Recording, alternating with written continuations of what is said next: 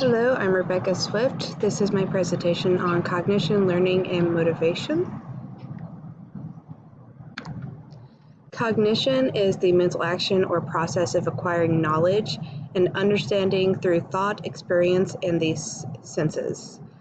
For example, say learning to ride a bike, being taught by someone and actually being on there and using your senses to learn how to ride a bike. Learning is the acquisition of knowledge, of skill through experience, study, or being taught. And then we have motivation, the general desire or willingness of someone to do something. So when I was looking at these three and how they go together, at first, really, I just considered how cognition and motivation go into learning. But after I thought about it, they all kind of help each other. So learning, when you learn new things that can help you become motivated to take action or learn how to use cognitive skills. Cognition, being able to learn and everything can be motivating and also is needed to learn. Same with motivation to learn or to learn new skills. I wanted to focus on how during this class I had some issues with time management, which are not perfect yet, but have definitely improved. And it really affected my ability to cognize information or learning and motivation, because not having enough time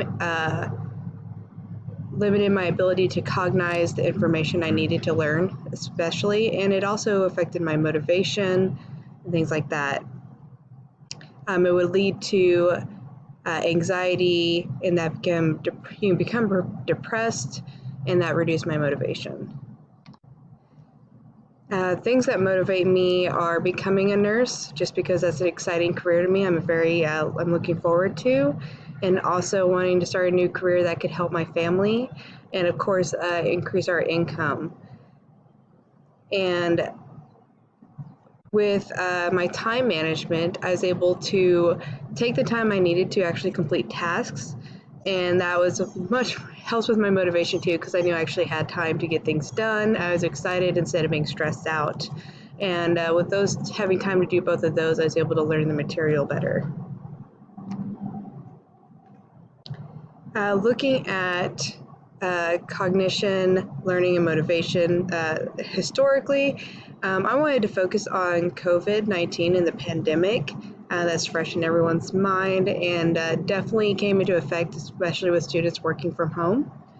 Understanding cognition, learning, and motivation became essential during COVID pandemic. Let's see. Excuse me. Educators needed to understand how people learn best in an almost strictly online manner. They observed how to motivate students that were at home, mostly doing work on their own time. This is important to make sure they were able to get through everything on their own outside of a classroom setting. Cognition affected motivation, and those factors could really play an issue on the kids being able to learn during that time. During a study, they found that 1/3 of parents reported it being easy to motivate their children to learn at home, while 1/3 reported it was not easy, and another third that it was in between. And so they really had to focus on finding ways to keep kids motivated to work on their own, and find best ways that they could use their cognition to learn and everything with that.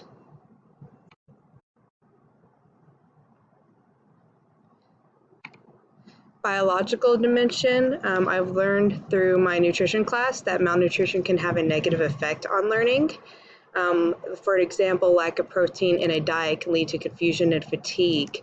That will affect a student's ability to cognize information, definitely hurt their motivation and their overall ability to learn. During COVID, some children in the U.S. relied on free or reduced breakfast lunches provided by the school, and so that was another issue they had to overcome during COVID-19. Is since these were students at home, they needed to make sure that they were still getting the nutrition they needed. Psychological dimension, mental health was another concern during COVID. A lot of people not being able to see friends, maybe even family, or dealing with financial issues, illness in their own family. So mental illness became a issue that they needed to look into, and it could impair their ability to learn.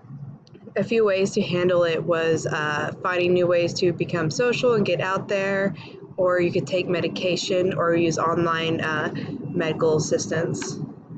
Socio-cultural dimension. Technology being widely available in the U.S. made it easier to continue education during shelter in place. Thankfully, in the U.S., that was very widely available already. And understanding cognition, learning, and motivation and their interaction is important to be able to handle situations like we dealt with during the COVID pandemic, so that we can reach out to everyone and figure out how they learn best and help them through times like that. Here are my references. I used the Oxford Language and Google for my definitions, and then I looked into this study, cognition and effective motivated factors as predictors of students' home learning during the school lockdown. Thank you. I appreciate you watching my video, and have a great day.